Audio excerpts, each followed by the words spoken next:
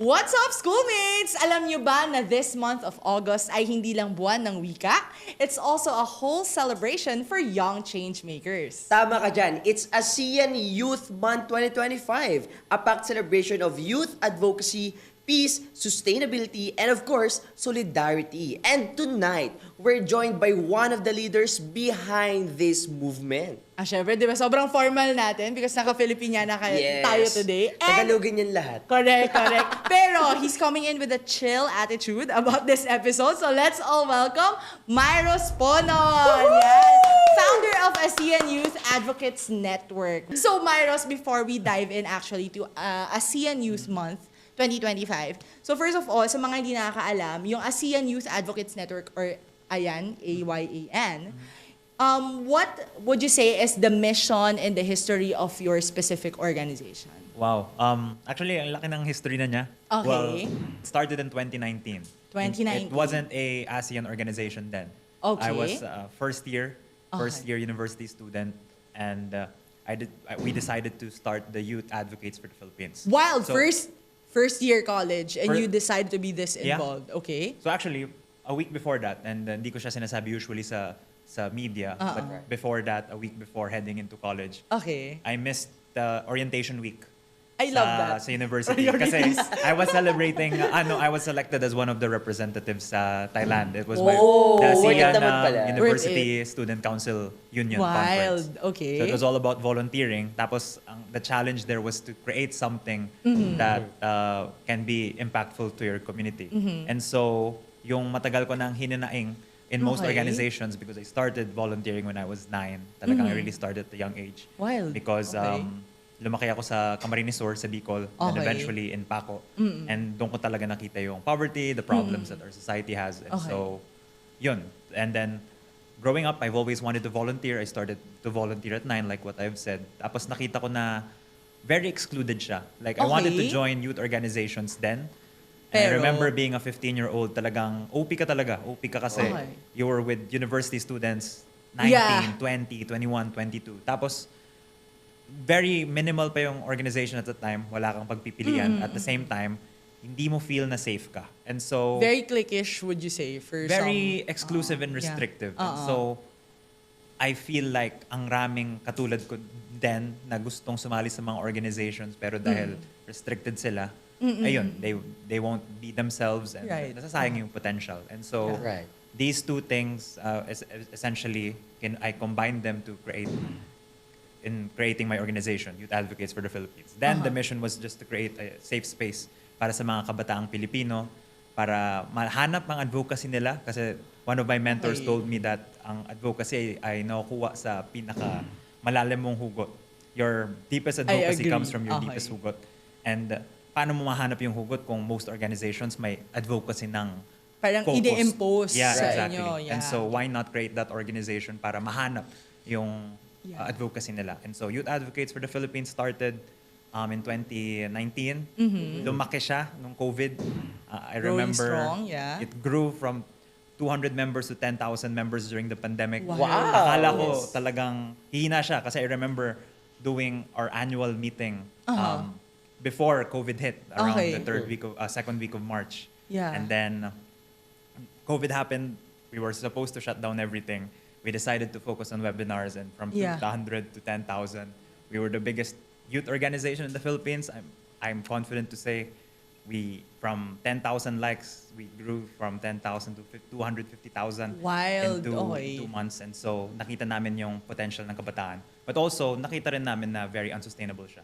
And so, Because of the large because yes, base of the organization. it Okay. was hard Pero- to handle for sure. Pero sir, what's your best strategy kung bakit kayo nakapag-engage pa ng mga youth Yeah. na nag-grow kayo sa ganong dami ng mga learners? Because I would say that for some organizations, it was very difficult to keep the members engaged, especially if Yes. everyone was like graduating. It's so easy when everyone's a student. Yeah. But then Especially like pandemic days. correct. Yeah. And then like I would like to say na with the specific niche that you have as an Yeah. advocacy, na parang helping others find that advocacy for themselves.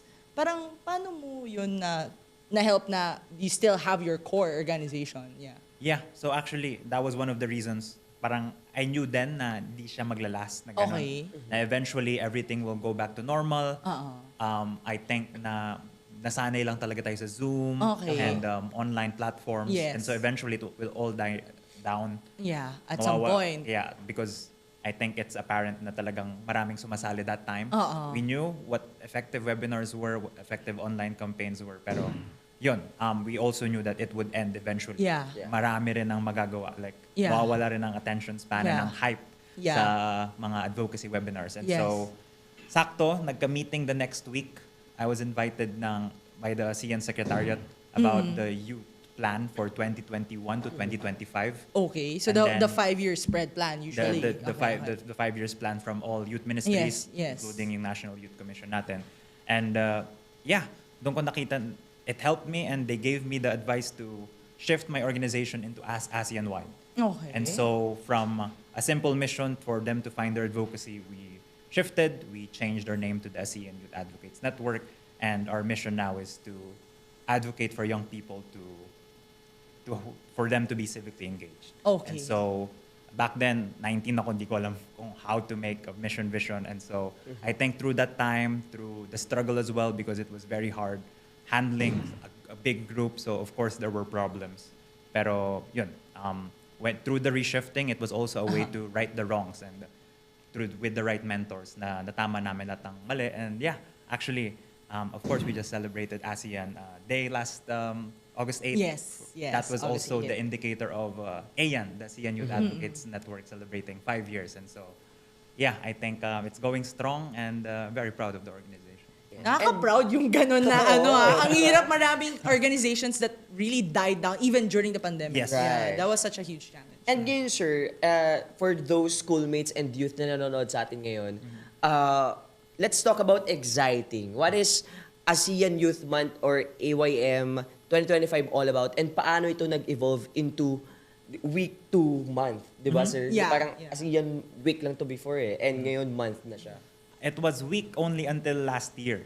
No, last year was when we changed it to ASEAN Youth Month. Back then, our idea was the first online event that we did. We had 3,000 live participants because we had special guests. We had Catriona Gray. We had the biggest advocacy leaders. We had celebrities. We had Idolin Diaz and many other celebrities during that event. And then nakita namin na yun nga, when we started the organization, because it was around that time that the ASEAN Youth Advocates Network was founded, August 8, 2020, sabi namin, ano magagawin nating flagship program?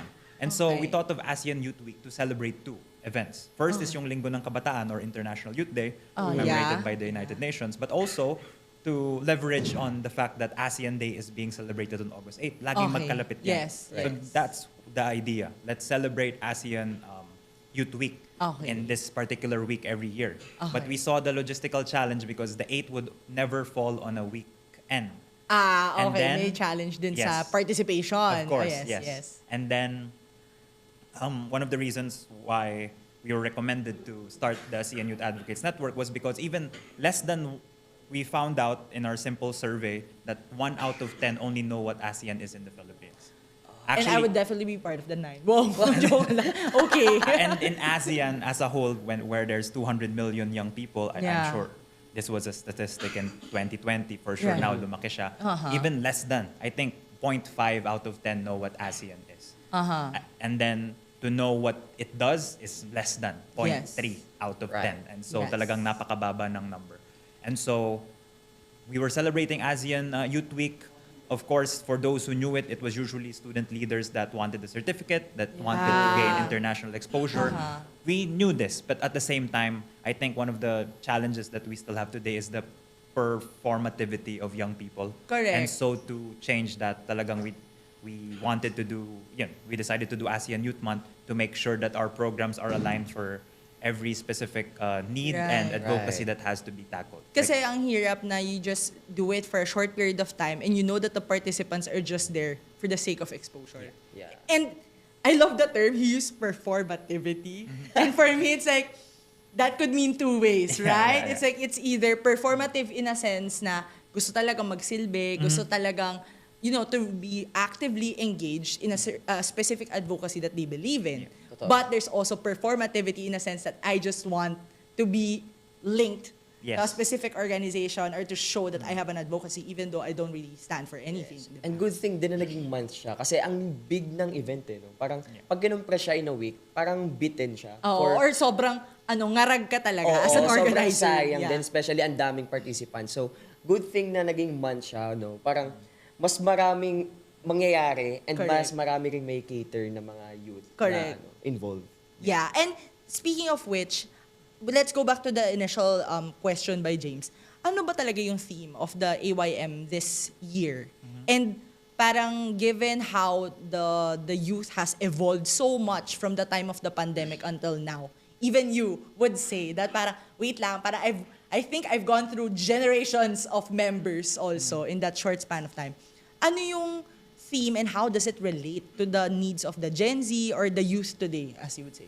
Okay, so I guess an insider info I would share is we usually combine the theme of International Youth Day that the United Nations posts Okay. and cascades to all the youth offices Yes. around the world, and also ASEAN's theme. Okay. Since it's the year 2025 and Malaysia is the host, inclusivity and sustainability is the target. And yes, so okay. we usually combine. It's either we choose one of these themes that we feel are relevant, but at times we choose our own. Okay. And this year we felt that the Malaysia's theme was really relevant Okay. for the youth, and so we decided to push through with it. Okay, so what was it again? Sustainability and Inclusivity and sustainability. Okay. So how does that relate? Because for Gen Zs, it's always like when you say inclusivity, it's always tied to the LGBTQ plus community. That's Right. always the first perception.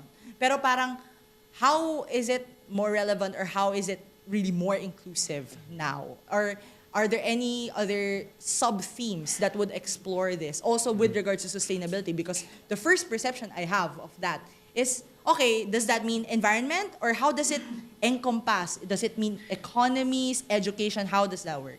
I think it's all interconnected. I think these two terms are big buzzwords. Talagang malaking buzzword siya na for young people nowadays, especially now with AI, like in your last episode, napakadali Yes. niyang gamitin ngayon. But So, minsan ang di bilis natin nila. alam Correct.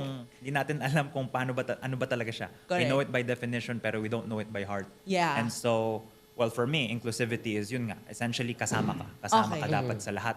In terms of us as ASEAN, dapat kasama ka sa decision making, kasama Love ka that. dapat sa Okay. polisiya, Okay. kasama ka dapat sa konsultasyon, not for the sake of being tokenized, not for the sake na, ay, government agency kami or non-profit kami, isama ka namin para masabi namin na pinapakinggan namin ng Yes. kabataan. Yeah.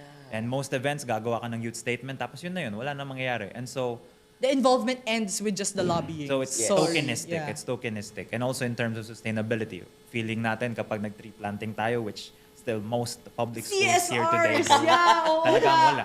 And, Okay. and greenwashing is a thing, tinuturo siya, pero minsan tayo na rin ang nagiging greenwashers. The way we Correct. teach Yes. and the way we do it. And so, I think in these two terms, kahit napakasimple niya, we decided to focus on this. Of course, we have a lot of sub-themes, but these two terms, kahit alam na, ito, paulit-ulit siyang ginagawa. Of course, we know the Sustainable Development Goals and all.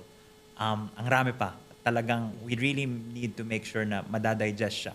Correct. Yeah, it has to be digested by a 5-year-old. Kaya, Love that. ang Interesting. recently nakatuwa Break kasi it down, yeah. one of the non-profits in the Philippines posted a Tagalog version of the Sustainable Development Goals, which is good kasi talagang these are big words to take in as well. Like, I wouldn't Yes. expect someone from the provinces that Would understand would that. understand. Oo, diba? Kaya I think it's very Metro relevant and Manila-centric pa rin talaga yung... Yeah. For now, Sir Myrus, let us hold it up muna because later we'll spill more tea on what's happening this Youth Month 2025. Dito lang yan sa Iskoolmates!